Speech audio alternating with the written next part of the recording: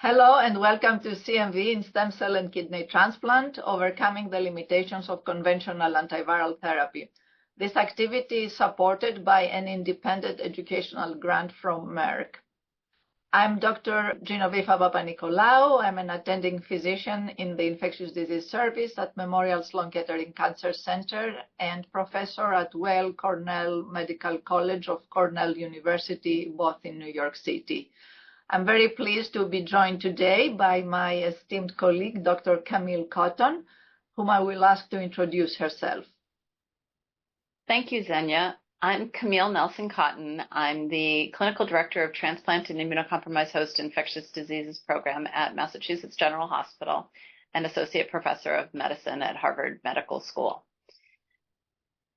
Thank you, Camille. I'm looking forward to our discussions. Here are our learning objectives for today's program. After participating in this activity, learners should be better able to identify the burden and impact of CMV infection in patients receiving renal transplant or stem cell transplant. We will review the benefits and limitations of standard antiviral therapies for prevention and treatment of CMV, and how to incorporate novel antivirals for CMV prophylaxis and treatment into our clinical practice. Camille, perhaps you can start by addressing our first learning objective and how it applies to renal transplantation, and then I will provide some additional stem cell transplant perspective. Yes, of course. So we know that CMV is the most common infection after solid organ transplantation. We see that the heaviest burden is in those who are what we call a CMV mismatch or CMV donor seropositive, recipient seronegative, which is roughly a quarter of the U.S. solid organ transplant population. The majority of kidney transplant recipients in the United States are CMV seropositive, so at lower risk for disease. And that rate depends on your local demographics.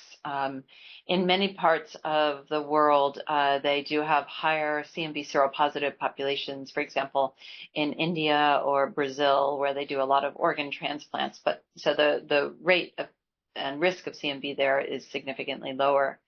And development of a highly effective vaccine or other robust immunologic protection through antibodies, et cetera, has actually been quite elusive. And they've looked for CMV vaccines in this field for well over 60 years. Prevention is key for all solid organ transplant recipients. And so people should either get prophylaxis or preemptive therapy. And there's some interesting information out there about maybe people on mTORs don't need prevention for CMV seropositives. So lots going on in the field. I found some really interesting information. This is from the SRTR data set.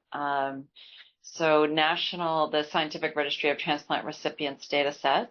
Looking from 2015 through 2019 at all kidney transplant recipients.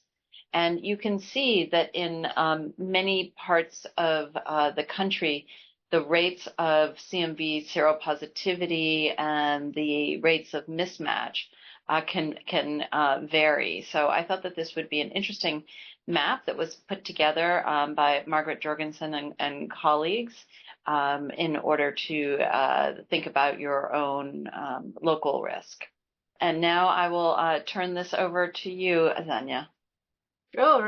Like the solid organ transplant world, CMV is also one of the most serious and common viral infections after stem cell transplant. The difference is that most infections in the stem cell transplant recipients arise from reactivation of latent CMV in the recipient. So the greatest risk factor is CMV recipient seropositivity. And talking about the frequency of these reactivations, about 60 to 70% of seropositive recipients will reactivate after stem cell transplantation, while if you are a CMV negative recipient but received a graft from a CMV seropositive donor, the frequency of primary CMV infection is about 20%. And these days, really, the risk of CMV transmission from blood transfusions is practically zero. Usually, asymptomatic viremia precedes end organ disease. However, if left untreated, viremia can result in end organ disease. And again, like solid organ transplants, prevention or early treatment are key. We know that CMV infection, CMV has very broad tropism and can affect really any organ.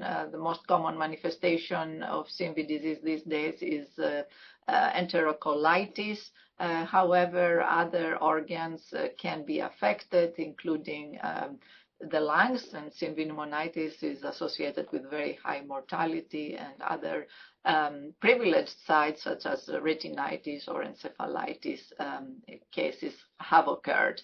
One of the very important and interesting aspects of CMV in the stem cell transplantation is survival disparity between CMV seropositive and seronegative recipients, even in the setting of preemptive therapy. And we can see perhaps later how this may have changed or may change with use of prophylaxis. The main risk factors for CMV disease after transplant are, I will only focus in transplant-related factors, which basically is anything that delays immune reconstitution, so any form of T-cell depletion, including post-transplant cyclophosphamide or graft versus host disease and the associated treatments. And the degree of mismatch, particularly cord blood transplants, because the cord grafts are naive to CMV and they have a great degree of mismatch, they are at very high risk for CMV. And again, as mentioned earlier, the CMV seropositivity of the recipient is the greatest risk factor. Now, let's move on to our second learning objective and review the benefits and limitations of standard antiviral therapies for the prevention and treatment of CMV.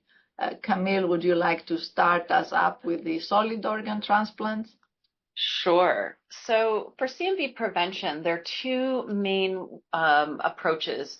One is prophylaxis, and that's when we give antiviral prophylaxis, usually either valganciclovir or letermovir, for sort of 3 to 6 months after transplant. It can be dependent on the organ and other programmatic issues, but in general, many patients get 3 to 6 months of prophylaxis versus preemptive monitoring. And so preemptive monitoring is when weekly blood work is done for 12 to 16 weeks after transplant. And when CMV is detected and at a certain locally defined threshold, either by viral load or DNA-emia, or if they're doing antigenemia, when they've achieved a certain threshold, then CMV treatment is initiated. Both of these approaches are generally considered quite acceptable, especially for kidney and liver transplant. A little less where we have less data for things like lung transplant, intestinal transplant, and some of the more high-risk CMV, where we generally do prefer prophylaxis. There's something really interesting that came out of the second version of the International Consensus Guidelines on CMV management after solid organ transplant, and that is this concept of a hybrid approach where we use both prophylaxis and surveillance. So basically, patients get 3 to 6 months of antiviral prophylaxis, and then they get weekly monitoring, usually for about 12 weeks afterwards. And again, that's their highest risk period coming off prophylaxis for them to develop CMV. And if they hit a certain threshold, that's where we would initiate treatment dose.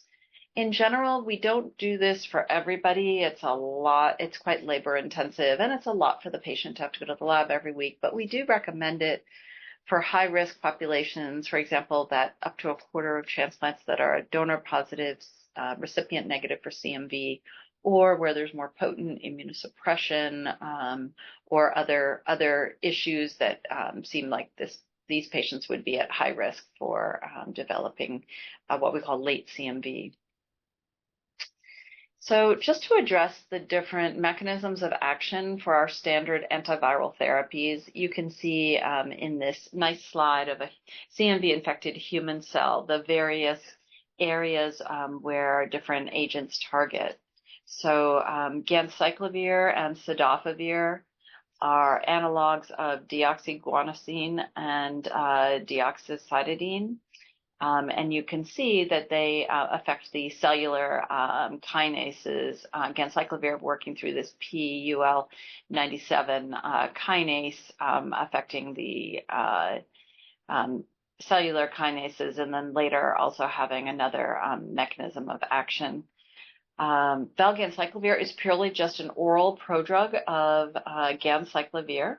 Ganciclovir does require that phosphorylation in order to become active, and that's why that UL97 gene is the area where we see the most mutations that result in ganciclovir resistance. And then both ganciclovir and cidofovir require phosphorylation by host cellular phosphokinases, and both competitively inhibit the viral DNA polymerase UL54 at the site of the deoxynucleoside triphosphate binding. Now, foscarnet is an analog of pyrophosphate and inhibits UL54 at the pyrophosphate binding site. And so different mechanism of action, and although there can be shared resistances among ganciclovir and cidofovir, there are far fewer between foscarnet and ganciclovir. All right, so that's how the standard agents work. Xenia, do you want to talk about some of the specific clinical issues? Sure. We know these drugs, for the most part, work. Ganciclovir and foscarnet are the ones most commonly used, but they are associated with substantial side effects. And here we have an overview of the key adverse events. And so ganciclovir, the hallmark toxicity is myelosuppression and specifically neutropenia. They have a boxed warning for neutropenia, and which is typically dose dependent, meaning it occurs the longer you use ganciclovir. And valganciclovir, as you mentioned, is an oral prodrug of ganciclovir. It's orally administered, but also has the same hematologic toxicity as ganciclovir.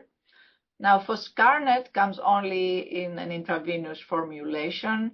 A great antiviral, but very labor-intensive from the part of the healthcare system. It requires a very long infusion time, and it requires intense electrolyte monitoring and replacement, as it can cause hypokalemia, hypocalcemia, etc. I would say that fluid overload is common in patients that required foscarnet for a long time. And also genital ulcers happen due to crystallization of foscarnet in the genital area. Now, cidofovir is something that fortunately we don't have to use frequently. I would say that I don't remember where I used it last for CMV, but also is nephrotoxic and is actually contraindicated in patients with proteinuria. So overall, while for the most part ganciclovir and foscarnet work, they are associated with toxicities and a burden to the healthcare system with either frequent monitoring, sometimes requiring growth factors to counteract the myelosuppression, and also nephrotoxicity for foscarnet. And now let's move to our last learning objectives. Let's dive right into the new antivirals. Now, in terms of how new antivirals work, we've added letermovir and maribavir to the earlier graph. And starting with letermovir, it works in the terminase complex. This is a combination of enzymes that work out to cut the long DNA that is produced into the right size virion so it can be packaged. Thus inhibition of this terminase complex prevents the functional virions. Maribavir inhibits the PUL97 kinase, which is very much involved in viral replication and synthesis and the exit of the virions from the nucleus. Camille, can you tell us about letermovir in clinical practice? Sure, I'd be happy to. So letermovir was recently approved for use in high-risk kidney transplant patients. It was initially approved for seropositive stem cell transplant recipients back in 2017, and then just over a year ago in high-risk D plus R minus kidney transplant recipients. Important to know is that there are some drug interactions. So unlike valganciclovir, where we didn't have to worry about drug interactions, it can have interactions with tacrolimus, cyclosporin, and azoles. It's also significantly more expensive than valganciclovir by multiple factors. It is recommended in a recent paper by Winstead et al. That when you start letermovir, that the tacrolimus dose be reduced by 40 to 50%. So that's quite significant and worth contemplating how to integrate that into your programmatic issues. There's pretty easy to dose, 480 milligrams once a day. If they're on cyclosporin, it's half that dose. So overall, pretty straightforward. And we're happy to have it available to us. I would like to take a few minutes to review the key trial results that were published last June. So this was published by Dr. Ajit Lemay in JAMA, and this was a study looking at CMV donor-positive recipient-negative kidney transplant recipients, where they compared letermovir, 480 milligrams a day, given with acyclovir, because it's important to realize letermovir only covers CMV. So letermovir with acyclovir, so the acyclovir is to prevent disseminated zoster and HSV, or valganciclovir, 900 milligrams daily, adjusted for kidney function for up to 200 days after transplant. And so the outcomes as far as confirmed CMV disease were really about the same at sort of 10 to 11%. And that was after adjudication by the adjudication committee. Otherwise, each center said that there was a CMV disease rate after prophylaxis of about 17% in each arm. So really looking very equivalent as far as prevention of CMV disease. Leukopenia was seen at 11% in those that got letermovir versus 37% for those that got valganciclovir, and similarly, neutropenia was lower at 3% versus 17% in letermovir versus valganciclovir by week 28. And so that less of a bone marrow toxicity with letermovir compared to valganciclovir. Quantifiable CMV DNA was seen in just over 2% of those on letermovir prophylaxis versus 8.8% for those on valganciclovir seen by week 28. And regarding participants who were evaluated for suspected CMV disease or CMV DNA, none of those on letermovir versus about 12% who received valganciclovir had resistance-associated substitutions. And fewer in the letermovir group had to stop prophylaxis due to adverse events or drug-related adverse events compared to valganciclovir. What I highlighted in blue was that valganciclovir dosing was adjusted to renal function, but we don't actually have those details. But if they, it's very hard to accurately calculate kidney function in a kidney transplant recipient. All kinds of factors play into that. So it's possible that these patients were either overdosed or underdosed, which many of us that are familiar with dosing valganciclovir realize how important that is and how challenging it is. But that could explain the neutropenia and breakthrough infection rates.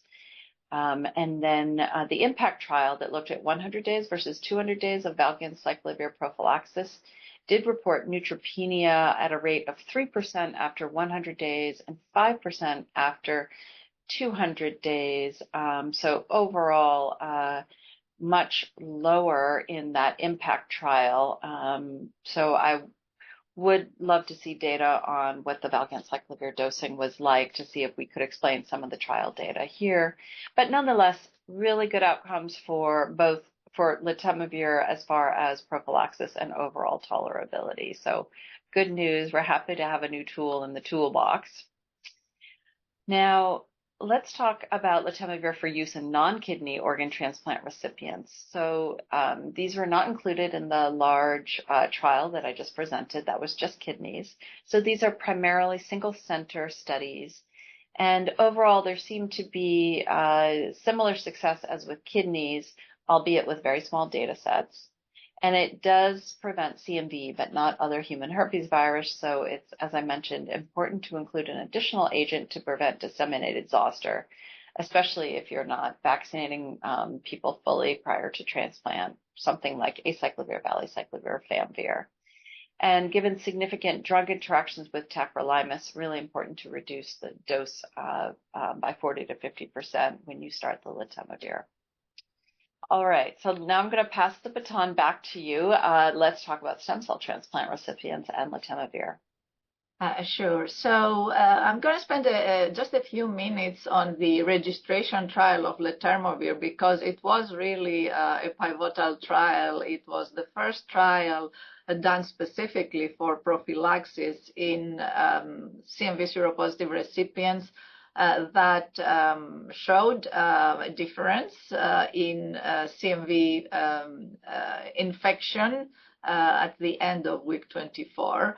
And also, I'm going to highlight that it showed an impact in all-cause mortality at week 24. So just to summarize, this was a large randomized placebo-controlled multi-center study in CMV seropositive recipients. It was a global study. The patients were randomized to receive letermovir or placebo through week 14. And the primary endpoint was assessed at week 24. So the primary endpoint of CMV, clinically significant CMV infection, was assessed 10 weeks after stopping the prophylaxis. It's important to know that only patients that started with non-detected CMV PCR were included in this primary endpoint evaluation. And you see that at the end of week 24, approximately 37% of patients in the letermovir arm compared to 60% in the placebo arm had met the primary endpoint, which is actually not only clinically significant CMV infection, but any other discontinuation for any other reasons or missing data. So we will see later that the actual clinically significant CMV infection was much less than these numbers. Now, one of the secondary endpoints was if letermovir worked during the period that it was given. So looking at the clinically significant CMV infection by week 14. And again, we see that 20% of patients in the letermovir arm compared to 50% met this endpoint. And the third and most important for me is the difference in all-cause mortality. It's a 5% difference at week 24, which was statistically significant. Now, looking at what happened after stopping letermovir, so after completion of 100 days of letermovir, there were rebound infections. So while about 7% of patients developed breakthrough infection by week 14, by week 24, so after stopping letermovir, there were 19% of patients that developed clinically significant infection. When this group of patients that developed this rebound infection was looked closely, they found that concomitant steroid use or baseline high risk, meaning that any form of T-cell depletion or mismatched graft were associated with developing this rebound infection after stopping letermovir. And that led into the extended duration study that was recently published in Lancet Hematology. This was a study that took patients that had successfully reached day 100 without any CMV reactivation. They had all received letermovir. And at day 100, they were randomized to either receiving another 100 days of letermovir prophylaxis, so for a total of 200 days, or placebo, meaning the prophylaxis would end at 100 days. And the primary endpoint of this trial was clinically significant CMV infection at the 200 days at the end of therapy. And the trial met the endpoint. The failures by week 28, which is the 200-day mark, were 3% in the letermovir 200 days compared to 19% when letermovir was given 100 days.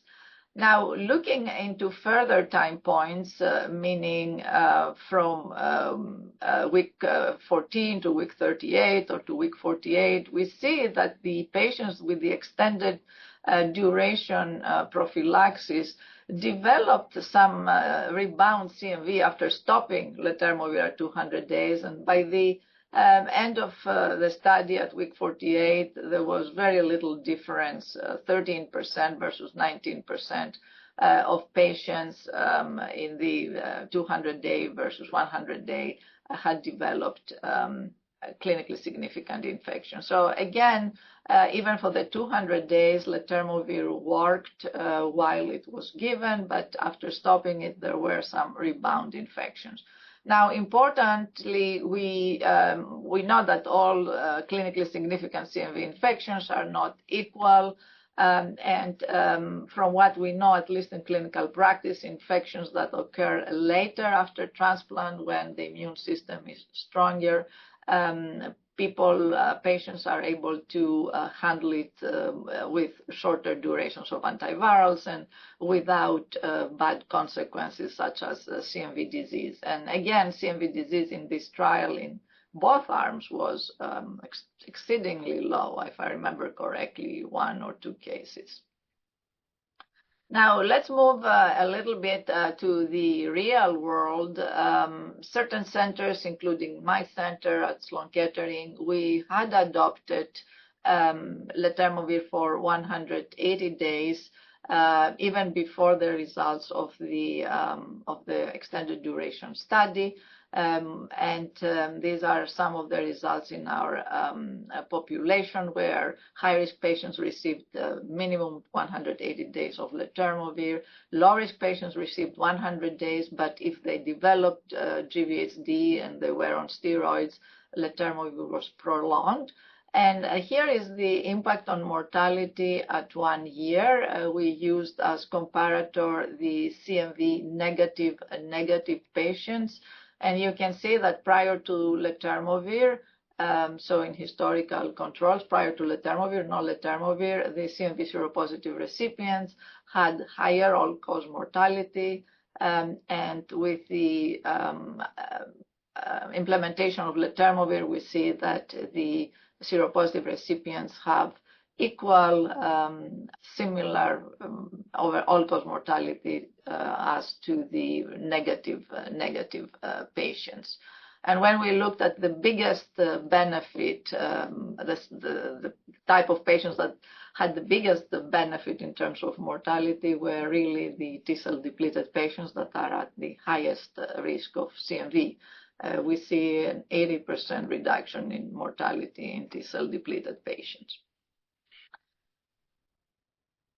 Now, moving away from letermovir and prophylaxis, we are going to take a look at maribavir, which is the newest anti-CMV drug approved for resistant or refractory CMV.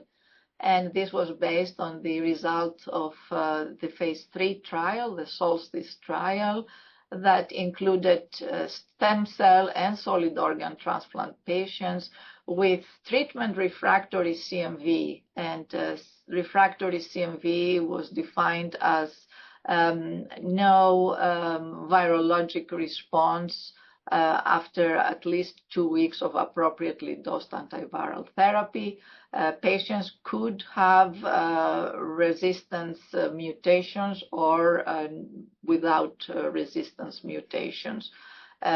Patients were randomized in an open label fashion to receive maribavir or the investigator-assigned therapy for 8 weeks. The primary endpoint was confirmed viremia clearance at the end of week 8. And we can see that maribavir was superior to the investigator's choice for viremia clearance at week 8. And when looking at subsequent endpoints at week 12, 18, and 20, we still see superiority of maribavir in terms of maintaining viremia clearance plus symptom control. And when we looked at subgroups, including solid organ versus stem cell transplant, what was the investigator's choice therapy, viral load, we can see that in all these subgroups, maribavir performed similarly and was superior to the investigator-assigned therapy. Now let's talk about safety. One of the problems that we mentioned with the conventional antivirals have been adverse events. The signature toxicity of maribavir is dysgeusia, so alteration of taste or bad taste. And we can see again that compared to the investigator's choice, maribavir, patients randomized to maribavir had experienced more dysgeusia. And more GI events like nausea and diarrhea, although here diarrhea and vomiting were pretty similar between the two arms. And if I remember correctly, there were no patients that discontinued the drug because of dysgeusia, or it was a very small percentage.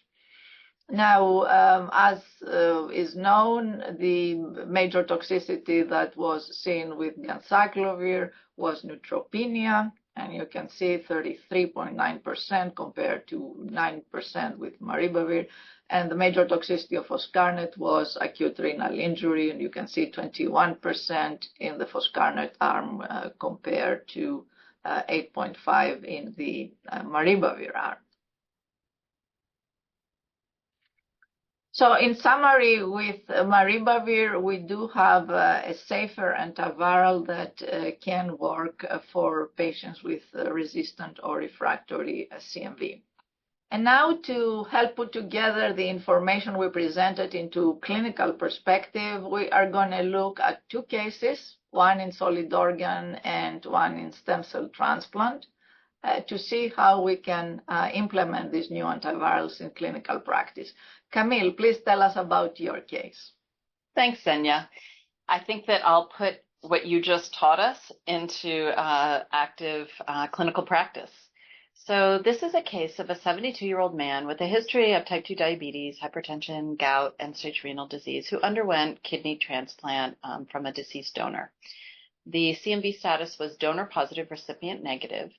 Induction immunosuppression was antithymocyte globulin, so a little more immunosuppressive. Maintenance immunosuppression included tacrolimus and mycophenolate, so was steroid-free. Prophylaxis, as per the IMPACT trial, was valganciclovir planned for 6 months and trimethoprim sulfamethoxazole for 12 months. 16 months after transplant, so about 10 months after the end of prophylaxis, he presented with fatigue and some chills. He was afebrile. His exam was unremarkable. His blood work showed a white blood cell count of 1.6 with 16% atypical lymphocytes. So atypical lymphocytes, highly suspicious for an active viral infection, either CMV or EBV or others. His white blood cell count had previously been 3.7, so now it's half at 1.6. His platelets were 90,000. Previously, he'd been in the 350,000 range. And his CMV plasma PCR was 25,340 IU per mil. So pretty, this is CMV. This definitely needs to be treated. He was started on valganciclovir, treatment dose 900 milligrams twice a day. And his symptoms improved. By week 2, the CMV PCR result was 7,000.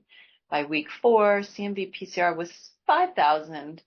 But that's 4 weeks into therapy. So, he was 25,000, 7,000, and then 5,000.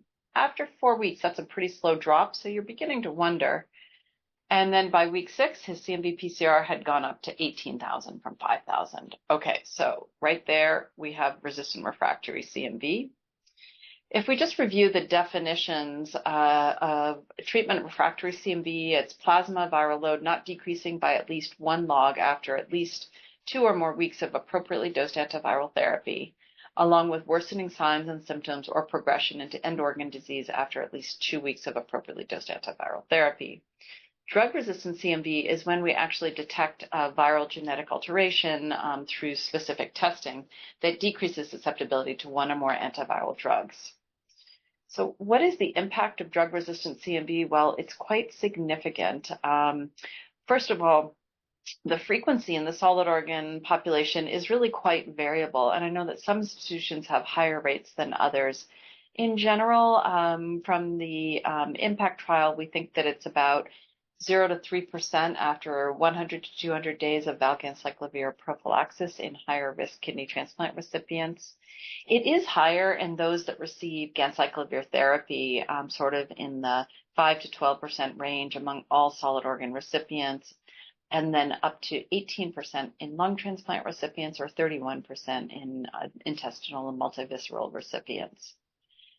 It does range from asymptomatic infection, or what we call asymptomatic CMV DNA-emia, to severe or fatal tissue invasive disease. And we recently had a case of that I saw. It is associated with poor outcomes. They have higher rates of adverse events from alternative therapies, as we've outlined with the various antiviral agents, higher rates of rejection and allograft loss, and increased mortality. There's a higher rate of hospitalization, increased length of stay, and definitely higher costs. So this is a pretty big deal. What are risk factors? Well, first and foremost, it is reduced CMV-specific host immunity. So that's when we see the CMV donor-positive recipient-negative situation. Also, when there's potent immunosuppression, perhaps recent treatment of rejection, and then lung transplant recipients seem to be especially vulnerable. We tend to think of this when there's prolonged exposure to antiviral therapy or prophylaxis, usually after at least 6 weeks of ganciclovir exposure. And also if there's prolonged DNA-emia, what some call viral load, but is more accurately DNA-emia for at least 21 days while on antiviral therapy. And that's basically just significant virus exposure to antiviral therapy that increases the risk of resistance. And also subtherapeutic drug concentration. So sometimes we see that with decreased oral absorption, or when the dose is of prophylaxis usually, or sometimes treatment is inappropriately reduced to avoid bone marrow suppression. So I know that some groups say, we're seeing low white blood cell count, we'll just cut the dose of valganciclovir in half. But that's actually, I usually say, one of the cardinal sins, because that will result in a much higher rate of resistant refractory disease. So really important to dose the valganciclovir correctly. So when do you test for drug-resistant CMV? Well, if there's antiviral drug resistance, we should suspect that and test for it when we see refractory infection for at least 2 continuous weeks of appropriately dosed antiviral therapy. And usually we send genotypic testing for viral drug resistance mutations, often in the UL97 and UL54 genes, and then if they've been exposed to letermovir, the UL56 gene as well. So here's the resistance testing for our case. So he did have one of the common mutations. I mentioned before, we see the majority of mutations in the UL97 gene. About 90% of the initial mutations are found there. He had this H520Q, which is relatively common and conveys high level resistance. So the kidney transplant team is asking for guidance. His clearance is about 38 mils per minute. White blood cell count is 1.7, and he is expressing priority in saving his kidney allograft. So how do you put all of that together, and what would the next best choice be? So if we think about treatment, there are no controlled trial data to define a best practice. Algorithms are based on expert opinion. The first step is always, with any significant transplant infectious disease, reduce immunosuppression to the lowest feasible amount, and then think about available therapies. Could you give high-dose ganciclovir? Could you give maribavir, foscarnet, or cidofovir? So we talked a little about maribavir. So this is a nice new option. We reviewed the clinical trial that was really compared maribavir to investigator-assigned therapy, with overall much better outcomes for maribavir compared to investigator-assigned therapy, and allows for outpatient administration of drug. So there's a suggested algorithm published in a recent article by Raymond Razanable, who is one of the experts on CMV management. And what he recommended in this algorithm is, as you can see on the left, if there's refractory CMV with a low viral load, they could be started on maribavir. If they have a higher viral load, perhaps starting on foscarnet for induction, followed by maribavir consolidation therapy. People should be aware that if there is CNS involvement or CMV retinitis, we shouldn't use maribavir because it may not reach those protected sites. So then we'd want to use foscarnet. So following that algorithm, we decided to start him on maribavir 400 milligrams twice a day. His CMV PCR steadily declined, and he had a nice response. His white blood cell count and clearance, renal clearance, remained unchanged. And by week 7 of maribavir, his PCR had fallen to undetectable. He was then switched to letemavir prophylaxis, which was stopped after 3 months of prophylaxis without further CMV infection. I have to say, I do get a lot of questions about what type of prevention do I do at the end of either maribavir or foscarnet therapy for resistant refractory disease, in that could people use valganciclovir? And the answer is no, because almost undoubtedly that resistant CMV will rear its ugly head again if you because the resistance is still present. So it is quite nice that we can use this new agent, maribavir, and then give prophylaxis with letemavir in this situation. So overall, good outcome. He had good clinical outcome, and the team was all quite pleased with that. So I'm now going to pass it back to you, Xenia, and please discuss a case in stem cell transplant. Yes, thank you, Camille, for sharing this case with us, and we are happy for the good outcome and avoidance of toxicities and preservation of the kidney allograft. So I'm going to share a case of stem cell transplant. This is the clinical scenario. 62-year-old man with acute myelogenous leukemia. He received an unrelated donor transplant from a mismatched donor. The patient was CMV seropositive and the donor was CMV seronegative. He received post-transplant cyclophosphamide for GVHD prophylaxis. And here already we have certain characteristics that we look for to stratify patients with regards to CMV risk. This patient is considered a high risk because he has multiple high-risk features. He is a CMV seropositive recipient with a negative donor, which means that he's not going to have any passive transfer of CMV-specific T cells from the donor in the allograft. The donor is mismatched, and he also receives post-transplant cyclophosphamide, which has been associated with a higher risk for CMV reactivation compared to calcineurin-based prophylaxis.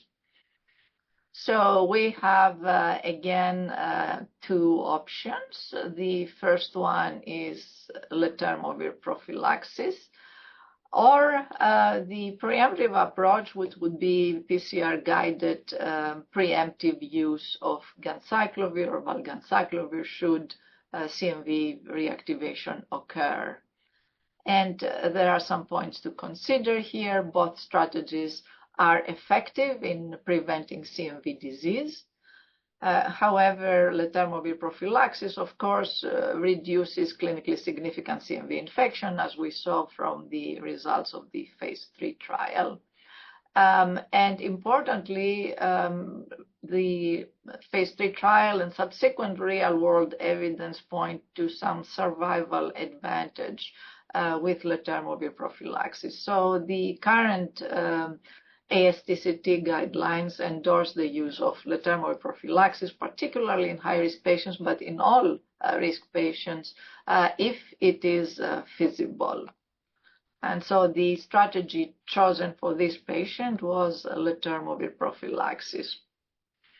Now, at my center, letermovir is available for our patients, so we use it for all patients regardless of risk. We do have minor difference. We start earlier after transplant for the high-risk patients, so we start on day 7 for the high-risk patients compared to at discharge, which would be around week 3 or 4 after transplant for the low risk. Nonetheless, everybody gets letermovir.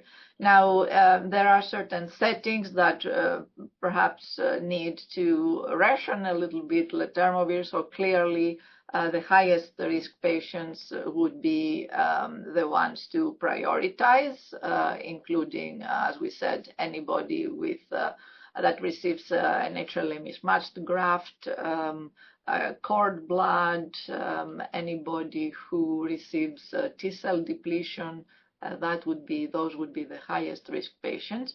And here you see a study from France that actually used this approach, that all high-risk patients received letermovir, but for the low-risk patients, they only received letermovir prophylaxis if they were given a high-dose prednisone. And you see that with this approach, of course, in the high-risk patients, they were able to show substantial decline in clinically significant CMV infection, but also for the low risk, the rate of reactivation was very low because they prioritized the low-risk patients on steroids to get prophylaxis.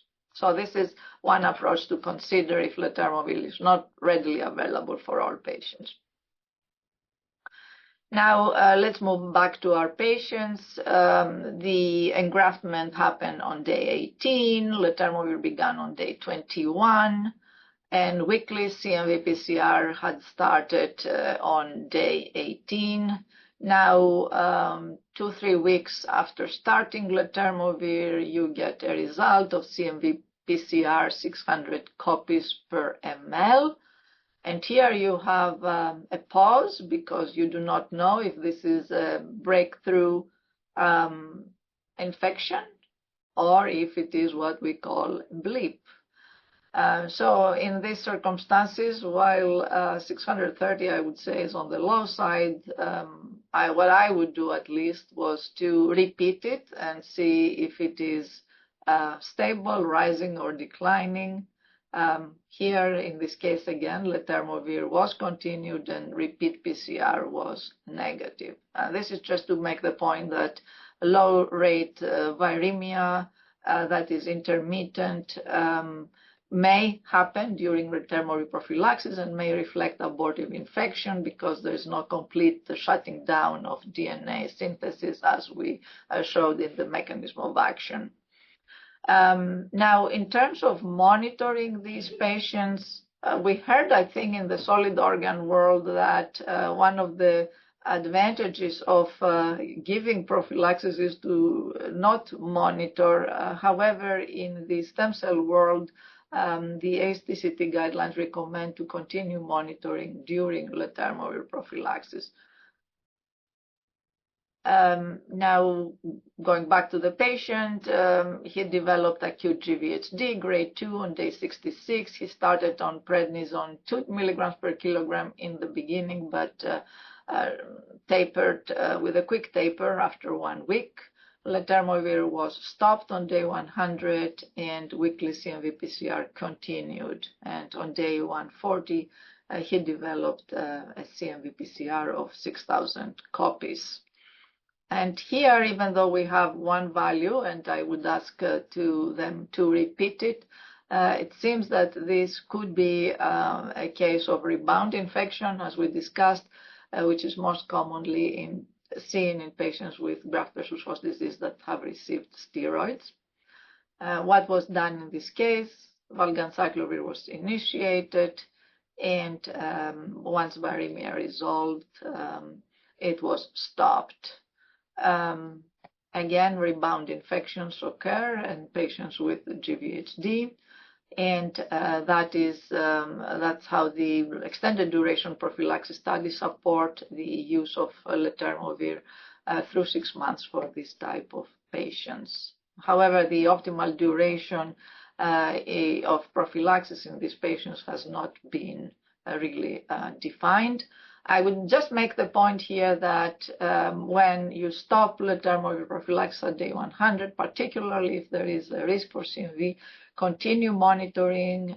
Most of the rebound infections occur within 4 to 6 weeks after stopping letermovir, but certainly the patient should be monitored through the 6 months or later if he still remains immunosuppressed. And I think that concludes my case. Camille, would you have any additional comments or suggestion for this case? Sounds like expert management. It's so nice that we have so many different ways that we can prevent and treat and take care of CMV these days. I mean, I think we've seen dramatic improvements in the field, which is great. I pretty rarely see bad outcomes from CMV these days. I think our diagnostics have really improved, disease recognition, much better times than before. I agree with you, and I see that the younger generation of transplant ID physicians are not really that scared of CMV as we grew up to be scared. Well, we are just about out of time. I'd like to thank Dr. Camille Cotton for her invaluable insights and clinical perspectives, and thank you to our audience for participating. By way of summary, I'd like to offer 3 SMART goals, which stands for specific, measurable, attainable, relevant, and timely. Be vigilant for CMV infection and disease in solid organ and stem cell transplants. Implement strategies to prevent or treat infection with appropriate use of standard and novel antivirals, and apply relevant CMV guidelines and best practices to optimize the quality of care and outcome for patients receiving stem cell or solid organ transplants. To receive credit for this activity, please complete the post-test evaluation, and thank you again for participating.